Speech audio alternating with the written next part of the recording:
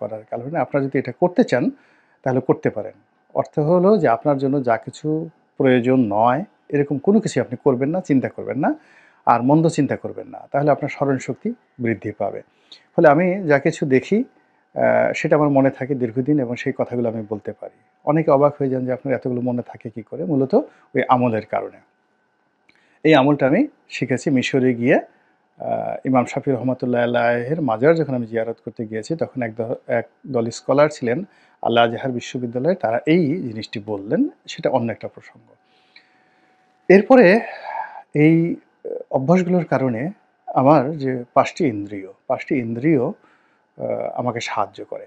পঞ্চেন্দ্রিয় সাহায্য করে। আমার শ্রবণ শক্তি, আমার চোখ, আমার চামড়া, আমার অনুভূতি সহযোগিতা করে। ফলে অনেক অনাহত বিষয় থেকে আমি নিজেকে রক্ষা করতে পারি এবং অনেক ১০ বছর ১৫ বছর আগে আল্লাহ রাব্বুল আলামিন আমার জীবনে আমাকে একটা সুযোগ করে দেন যে আমি ১০ বছর পরে যে দুর্ঘটনাটি ঘটবে তার থেকে আমি ১০ বছর আগেই নিজেকে আলাদা করতে পারি। ছোট্ট একটা উদাহরণ দিই। ধরুন ২০১৪ সনে আমি আওয়ামী লীগের রাজনীতিতে কোন পর্যায়ে ছিলাম, শেখ হাসিনা এবং শেখ রেহানা আমাকে কী পরিমাণ স্নেহ করতেন। তারপরে জয়, পুতুল থেকে শুরু করে তাপস, পরশ, ওই পরিবারের যারা লোকজন ছিলেন প্রত্যেকটা মানুষের সঙ্গে আমার কী পরিমাণ সম্পর্ক ছিল, আওয়ামী লীগের যারা শীর্ষ নেতৃত্ব আছেন তাদের কাছে একটু জিজ্ঞাসা করে দেখতে পারেন। তো সেই আমি, যেখানে সালমান এফ রহমান সাহেবের মতো মানুষকে সঙ্গে কেউ এটা টু শব্দ করতে সাহস পেত না, তার মতো মানুষের সঙ্গে আমি একেবারে শেষ দিন পর্যন্ত প্রতিযোগিতা করে চলেছি। তো সেই প্রতিযোগিতায় আমি যে জেলে গিয়েছি এটা আমি ইচ্ছা করে জেলে গিয়েছি, কিন্তু আমার অপশন ছিল জেলে না যাওয়ার, অনেকগুলো অপশন ছিল, কিন্তু না, আমি জেলে গিয়েছি, এটা আমার ইচ্ছা করি আমি জেলে গিয়েছি। তারপরে জেল থেকে বের হয়ে আমি আর পার্লামেন্টে যাইনি এবং ২০১৪ সনে আওয়ামী লীগের মনোনয়ন পর্যন্ত কিনিনি। এই যে আওয়ামী লীগের মনোনয়ন কিনিনি ২০১৪ সনে, ২০২৪ সন পর্যন্ত এই ১০টি বছর ১১টি বছর আমাকে বিভিন্ন কথাবার্তা শুনতে হয়েছে। কিন্তু আমার মনের মধ্যে সবসময়ই একটা ইতিবাচক ধারণা ছিল যে আমি সঠিক পথে আছি। একদিন না একদিন সবাই অনুশোচনা করবে আর আমি তখন বিজয়ী হব। এখন চিন্তা করুন যে আমি যদি আওয়ামী লীগের এমপি থাকতাম, মন্ত্রী থাকতাম, অথবা ধরেন একেবারে ১৪তে আমাকে মনোনয়ন দিল না, 18তে দিল না, কেবলমাত্র আমি আওয়ামী লীগ করতাম, এই কারণে আমার যে অবস্থাটা থাকতো, আমি কি এখন আপনাদের সামনে এইভাবে কথা বলতে পারতাম? এই যে বিষয়টি, এটি আল্লাহ রাব্বুল আলামিন আমাকে দিয়েছিলেন সেই ২০১৪ সনে, যার কারণে আমি একটা কঠিন সিদ্ধান্ত নিতে পেরেছিলাম। এভাবে জীবনের ব্যবসা বাণিজ্য, পরিবার পরিজন, ছেলে মেয়ে, অনেক গুরুত্বপূর্ণ সিদ্ধান্ত আমি ১ মিনিটে নিয়েছি, যেটি অনেকে হয়তো ২ বছর ৩ বছর চিন্তা ভাবনা করেও পারেনি। তো সেই অনুভব থেকে, এই যে একটা অনুভব, সেই অনুভব থেকে আমার কাছে মনে হচ্ছে যে শেখ হাসিনা বাংলাদেশে আসার জন্য ছটফট করছে। এমনকি তিনি যদি সুযোগ পান তাহলে দিল্লির যে নজরদারিতে তিনি এই মুহূর্তে আছেন, কঠোর নজরদারিতে আছেন, সেখান থেকে তিনি পালিয়ে হলেও বাংলাদেশে ঢুকবেন এবং বাংলাদেশে ঢুকে তাকে যদি মরতে হয়, লোকজন যদি তাকে পাড়িয়ে মেরেও ফেলে, এটা তিনি জানেন। তার বাবাকে মেরেছে, তার পরিবারকে মেরেছে, তাকেও মারতে পারে, এটা তিনি জানেন। তারপরেও তিনি বাংলাদেশে আসার জন্য ছটফট করছেন। এখন প্রশ্ন হলো কেন করছেন, কিভাবে করছেন, সেটা নিয়ে আমি পরে আলোচনা করব। প্রথমত, শেখ হাসিনা ঝুঁকি নিতে পছন্দ করেন, তিনি সাহসী। তো তার সাহসের কতগুলো নমুনা আপনারা দেখতে পাবেন। যারা শেখ হাসিনার খুব ঘনিষ্ঠজন ছিলেন তারা কিন্তু ৫ তারিখে তার কাছে গেছেন, ৪ তারিখে, আগস্ট মাসের ৪ তারিখে গেছেন, অনেকগুলো বিকল্প প্রস্তাব দিয়েছেন, ছাত্রদের সঙ্গে বসার, জরুরি অবস্থা জারি করার, মার্শাল ল দেওয়ার, ডক্টর মোহাম্মদ ইউনূসের সঙ্গে নেগোসিয়েশন করার, তারপরে ভারত চলে যাওয়ার, আরও অনেক কিছু। তিনি সবাইকে ধীর স্থিরভাবে বলেছেন, খুব ভয় পাচ্ছ? ভয় পেলে আমার কাছে আসবে না, ভয় পেলে আমার কাছে আসবে না, তোমরা যার যার অবস্থানে যদি পালাতে হয় তোমরা পালাও, আমাকে ইনফ্লুয়েন্স করার চেষ্টা করো না। তিনি তার সিদ্ধান্তে অটল ছিলেন, বোঝার চেষ্টা করুন। এবং সবার শেষে দেখেন তিনি যখন হেলিকপ্টারে উঠে যাচ্ছিলেন, তার চোখে মুখে তিনি যে ভয় পেয়েছেন, যাচ্ছেন, আতঙ্ক, গোস্বা, ক্ষোভ কোনো কিছু ছিল না। তিনি বরং বিরক্ত। আপনি দেখবেন তার চেহারার আই কন্ট্যাক্ট দেখবেন, তিনি যখন হেলিকপ্টারে উঠছিলেন তিনি বিরক্ত ছিলেন যে এভাবে কেন তাকে জোর করে উঠিয়ে দেওয়া হচ্ছে। তিনি সেখানে শক্তি প্রয়োগ করার ক্ষমতা যদি থাকতো তার, তিনি সেই শক্তি প্রয়োগ করতেন। তিনি তার যারা আপন যারা লোকজন আছে তাদের প্রতি তিনি ঘৃণা পোষণ করেছেন, বিরক্ত প্রকাশ করেছেন। এটা চোখে মুখে দেখলেই বুঝতে পারবেন, কিন্তু তার মধ্যে কোনো আতঙ্কের কোনো ছাপ ছিল না। ৩ নম্বর হলো যে তার আপনজন যারা ছিলেন ওই মুহূর্তের শেষ পর্যায়ে যারা ছিলেন তারা সবাই কেউ কাঁদছিলেন, কেউ আহাজারি করছিলেন। তিনি তাদের কারো দিকে তাকাচ্ছিলেন না। তার একজন মহিলা কর্মচারী ছিলেন বা সচিব ছিলেন। তো তিনি তাকে জড়িয়ে ধরে কান্না করার চেষ্টা করেছেন। শেখ হাসিনা তাকে সান্ত্বনা দিয়েছেন। একটু আবেগপ্রবণ না হয়ে তিনি ধীর এবং স্থিরভাবে হেলিকপ্টারে উঠে গেছেন। তো এই যে তার যে সাহস, এই সাহস তিনি যখন নিরাপদ, অর্থাৎ এতটা বিপদের মধ্যে, যেখানে বলা হচ্ছে আর ২০ মিনিটের মধ্যে জনগণ গণভবনে ঢুকে যাবে এবং চারিদিকে তখন গণভবনে ঢোকার জন্য, দেয়াল ভাঙার জন্য তখন পিটানো হচ্ছে। আপনি গিয়ে দেখবেন যে গণভবনের অনেক ওয়াল ছিদ্র করা। তো সেই শব্দ শেখ হাসিনা শুনতে পাচ্ছেন, চারিদিকে লোকের আওয়াজ শুনতে পাচ্ছেন, কিন্তু তখনও তিনি ধীর স্থিরভাবে উঠে যাচ্ছেন। এটা একটা চারটিখানি বিষয় নয়। তার বাবারও এরকম সাহস ছিল। তাকে যখন গুলি করা হলো তার পূর্ব মুহূর্ত পর্যন্ত তিনি বীরের মতো দাঁড়িয়েছিলেন। যারা বলে যে তিনি ভয় পেয়ে পশ্চিম পাকিস্তানে আশ্রয় নিয়েছেন, তাদেরকে বলবো যে তাকে যারা গুলি করেছেন তাদের নিকট শেখ মুজিবুর রহমান, বঙ্গবন্ধু শেখ মুজিবুর রহমানের সাহস সম্পর্কে জানার চেষ্টা করেন। একজন মানুষ, তিনি আলটিমেটলি জেনে গেছে যে তার সন্তানকে মেরে ফেলছে, স্ত্রীকে মেরে ফেলছে, পরিবারের সবাইকে মেরে ফেলা হয়েছে। একেবারে হি ওয়াজ দ্য লাস্ট ম্যান, এক ব্যক্তি। ওই অবস্থাতে পাঞ্জাবি পরে, লুঙ্গি পরে, হাতে তার যে পাইপ সেটা ধরিয়ে পাইপ টানতে টানতে মনে হয় যেন কিছু ঘটে নাই। তোমরা কারা? কেন এসেছো? এত বড় সাহস! আমি দেশের প্রধানমন্ত্রী, আমার ঘরে এসেছো? আপনি আমি ওই অবস্থায় হলে হেগে দিতাম ঠিকমতো রুমের মধ্যে, চকির তলে পালিয়ে হেগে নিজের হাগু নিজে খেতাম।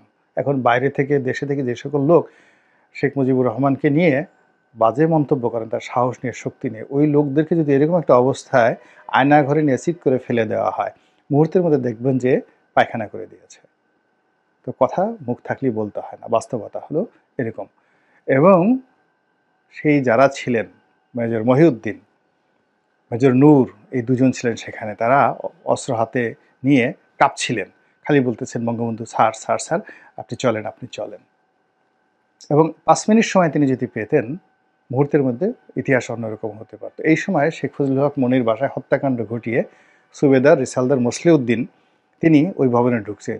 ঢুকে তিনি দেখেন যে বারান্দা দাঁড়িয়ে শেখ মুজিবুর রহমান বঙ্গবন্ধু গালাগাল করছেন, ধমকাধমকি করছেন, আর মেশিন গান হাতে নিয়ে দুই মেজর কাঁপছে। তো তিনি, হি ওয়াজ এ সিরিয়াল কিলার, তিনি এই পরিস্থিতি বুঝতে পারেন। তিনি আর বার্গেনিংয়ে না জড়িয়ে ইউ ব্লাডি এই কথা বলে তিনি ওপেন ফায়ার করে দিলেন সঙ্গে সঙ্গে ১ সেকেন্ডের মধ্যে। এই হলো মূল কাহিনী। তো যে লোক অস্ত্রের সামনে দাঁড়িয়ে এইভাবে কথা বলতে পারে, সে পাকিস্তান আর্মিকে ডেকে নিয়ে পুরো স্ত্রী, পুত্র, সন্তানকে অরক্ষিত রেখে তিনি পাকিস্তানে পালিয়ে যাবেন, এর চাইতে নির্বোধ চিন্তা আর পৃথিবীতে হতে পারে না। যা হোক, শেখ হাসিনা সেই বঙ্গবন্ধুর কন্যা, সেই বঙ্গবন্ধুর কন্যা। তো কাজেই তার সাহস নিয়ে দুনিয়ার সব মানুষ সন্দেহ পোষণ করতে পারে, আমি সন্দেহ পোষণ করব না। আমি নিজে দেখেছি আমাদের দক্ষিণাঞ্চলে, আগুনমুখা নদী আছে, একটা জায়গা আছে, ৫টা নদীর স্রোত সেখানে গিয়ে ভয়ঙ্কর একটা অবস্থা তৈরি করে, আগুনমুখা নদী। সেই আগুনমুখা নদীর সেই জায়গাতে এখনও মানুষ বড় লঞ্চ তৈরি করে, জাহাজ নিয়েও যেতে সাহস পায় না। আমি একবার সেখানে যাচ্ছিলাম অনেক দূরে, আগুনমুখা নদীর যে জায়গাটাতে ওই গোল চক্করটা হয়, মানে যেখানে গোল হয়, তার থেকে বহু দূর দিয়ে সোনারচরে যাচ্ছিলাম। আমি যখন শুনলাম যে কাছাকাছি আগুনমুখা, আমার ভয় লাগলো। কিন্তু শেখ হাসিনা সেই বর্ষাকালে সেই আগুনমুখা নদীর ওই জায়গা দিয়ে স্পিড বোর্ড নিয়ে, লাইফ জ্যাকেট ছাড়া তিনি ওইখান দিয়ে পার হয়ে গেছেন। ওই গলাচিপা ১০ মিনার বিস্তীর্ণ চর অঞ্চলে সেই বর্ষাকালে তিনি স্পিড বোট নিয়ে তিনি সেখান থেকে ঘুরেছেন। This is Sheikh Hasina. তো কাজেই তাকে যারা চিনেন না, তারা তাকে নিয়ে অনেক কথা বলতে পারেন। খালেদা জিয়ার এরকম সাহস আছে। খালেদা জিয়া, সে সাহসীটা আর একটা ব্যাপার, সেদিন আর একদিন বলবো। তো আমি যেটা বলছি যে তিনি সেখান থেকে আসার জন্য ছটফট করছেন এবং তিনি আসার মতো তার সাহস আছে, শক্তি আছে এবং 1/11-এর সময় তিনি সেই কাজগুলো করেছেন। তিনি সমস্ত দেশ জাতিকে, মঈনুদ্দিন ফখরুদ্দিনকে চ্যালেঞ্জ জানিয়ে, সমস্ত রাষ্ট্রশক্তিকে চ্যালেঞ্জ জানিয়ে বাংলাদেশে এসেছেন এবং বাংলাদেশে এসে তিনি গ্রেপ্তার বরণ করেছেন। এগুলো এক। ২ নম্বর হলো তিনি আসতে চাচ্ছেন কেন? এর কারণ হলো ওই একটা পরিস্থিতিতে তিনি চলে গেছেন, চলে যেতে বাধ্য হয়েছেন। কিন্তু এখন তিনি বুঝছেন যে তিনি যদি কোনো কারণে দিল্লিতে মারা যান, আজীবন তাকে মহিলা হিসেবে, পুরুষ হিসেবে নিন্দিত, ঘৃণিত হয়ে পলাতক হিসেবে তাকে মরতে হবে। তিনি যদি বাংলাদেশে জোর করে আসে ঢুকেন, গ্রেপ্তার বরণ করেন, লোকজন তাকে মেরে ফেলে, তারপর তার যদি ফাঁসি হয়, তবুও তিনি বহু মানুষের কাছে বীর হিসাবে, রাষ্ট্রনায়িকা হিসেবে তিনি বেঁচে থাকবেন। তো তার এই জীবনের শেষ পর্যায়ে এসে তিনি এই কাজ তিনি করতে পারেন না। থার্ডলি হলো দীর্ঘদিন ধরে, বিশেষ করে ৭৫-এর ১৫ই আগস্টের পরে তার মধ্যে একটা বিশ্বাস জন্ম নিয়েছে। আল্লাহ রাব্বুল আলামিন তাকে বাঁচিয়ে রেখেছেন নির্দিষ্ট কিছু কর্ম করার জন্য। যতদিন পর্যন্ত তিনি সেই কর্ম না করবেন, ততদিন পর্যন্ত তিনি মরবেন না। যারা তার আপনজন তারা জানেন যে তিনি সেই বিশ্বাসটা ধারণ করছেন এবং এখনও দেখেন যত কথাবার্তা বলে, সব কথার মধ্যে তিনি সেই হুঙ্কারটা দেন যে আল্লাহ আমাকে বাঁচিয়ে রেখেছেন বিশেষ কিছু কর্ম করার জন্য। তো এই বিশ্বাস যতক্ষণ পর্যন্ত একটা মানুষের থাকে, সে ২০ বার ২৫ বার পরাজিত হলেও তার জীবনে কিছু আসে যায় না। এরপর তার উপর অতীতে যে জুলুম চলেছে, অত্যাচার চলেছে, কষ্ট চলেছে, ৭৫-এর পরে তার জীবনে যে দুর্বিষহ যন্ত্রণায় গেছে, ২১শে আগস্টের গ্রেনেড হামলা তার উপর যেভাবে হয়েছে, চট্টগ্রামে যেভাবে তার উপর সরাসরি গুলি করে ১৮ জন মানুষকে মেরে ফেলা হয়েছে, এরকম অসংখ্য ঘটনা, কিংবা কর্নেল ফারুক, কর্নেল রশিদ যেভাবে লোক পাঠিয়ে ৩২ নম্বরে সরাসরি তার বাড়িতে গিয়ে ঢুকে গুলি করে, সেদিন যদি তিনি থাকতেন, ভাগ্য ভালো, যদি থাকতেন তাকে মেরে ফেলার জন্য লোক পাঠিয়েছিল কর্নেল ফারুক এবং কর্নেল রশিদ। এরশাদের জমানাতে তারা এমপি হয়েছিলেন। তো সেই পরিস্থিতিগুলো তিনি মোকাবেলা করেছেন। কাজেই সেই পরিস্থিতির তুলনায় বর্তমান যে পরিস্থিতি, এটি তার কাছে নস্যি। আগে যে সকল বিপদ তিনি মোকাবেলা করেছেন, অর্থাৎ বিএনপির মতো একটা প্রচণ্ড শক্তিশালী দল তাকে অ্যাবান্ডন করার চেষ্টা করেছে, এরশাদ তাকে করার চেষ্টা করেছে, তো সেই জিয়াউর রহমান সাহেব তাকে করার চেষ্টা করেছে, তার এগেনস্টে বর্তমান ছাত্র জনতা ডক্টর ইউনূস তার কাছে নস্যি। কাজেই তিনি আসার জন্য ছটফট করবেন এবং তার মনে একটা আশা থাকবে যে তিনি বিজয়ী হবেন। এবং যেহেতু তিনি যে কাজগুলো করেছেন, গোপন কাজগুলো করেছেন, সেই গোপন কাজগুলো যেমন খুন খারাপই আছে, তার সঙ্গে সঙ্গে ভালো কাজগুলো আছে। তো একাকী তিনি যখন চিন্তা করেন, তার গোপন কুকর্মের সংখ্যা যদি বেশি হতো, তিনি বড় কথা বলতে পারতেন না, কেউ পারে না। আর যখন একাকী হিসাব করে যে আমি ১০টা মন্দ কাজ করেছি, ২৫টা ভালো কাজ করেছি, তখন তার মধ্যে এক ধরনের শাখসিয়াত পয়দা হয়ে যায়। তো তার যে কণ্ঠস্বর, সেই কণ্ঠস্বর শুনে মনে হচ্ছে যে তিনি খুব সহজে ছাড়বেন না, আসার চেষ্টা করবেন। কিন্তু দিল্লি এখানে তাকে নিয়ে খেলছে। দিল্লি তাকে এখান থেকে উঠিয়ে নিয়ে গেছে কৌশল করে। নচেৎ তিনি যদি বাংলাদেশে থাকতে চাইতেন, থাকার তার জায়গা ছিল। তিনি যদি জিদ ধরতেন, তাহলে তাকে জেলখানায় নিতে বাধ্য ছিল, তাকে প্রোটেকশন দিতে সেনাবাহিনী বাধ্য ছিল, আদারওয়াইজ সেনাবাহিনীর অস্তিত্ব থাকতো না। ওই দিন হেলিকপ্টারে করে ঠিক আছে, তারা ওখান থেকে নিয়ে গেল, মহেন্দ্র রাজাপাকসেকেও নিয়ে যাওয়া হয়েছিল, কিন্তু আবার সেনাবাহিনী তাকে ক্যান্টনমেন্টে রেখে ফেরত নিয়ে আসছে। বাংলাদেশের যে আইন ছিল, কানুন ছিল, সেনাবাহিনী তাকে ওখানে ফেলে যেতে পারতো না।